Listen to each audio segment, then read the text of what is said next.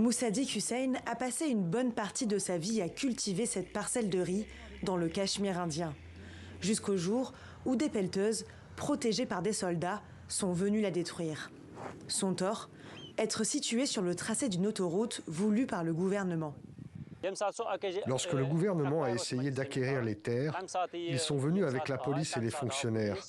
Mais lorsqu'ils ont compris que la population ne les laisserait pas agir, ils ont fait venir des machines pour détruire les récoltes. Une fois les récoltes détruites, les agriculteurs perdent le moral et savent que leurs terres ont déjà été confisquées et qu'ils devront aller au tribunal.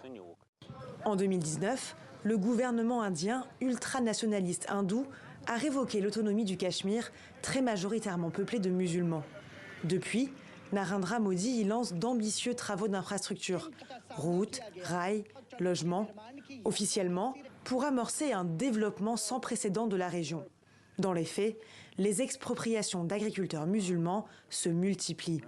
Le tout dans un contexte d'augmentation des persécutions envers cette communauté dans tout le pays.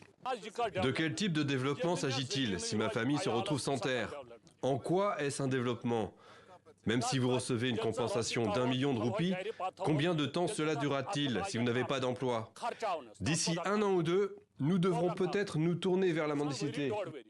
En 2022, l'agriculture représentait près de 17% du PIB du Cachemire, une production qui permet à la population d'être autosuffisante pour l'instant.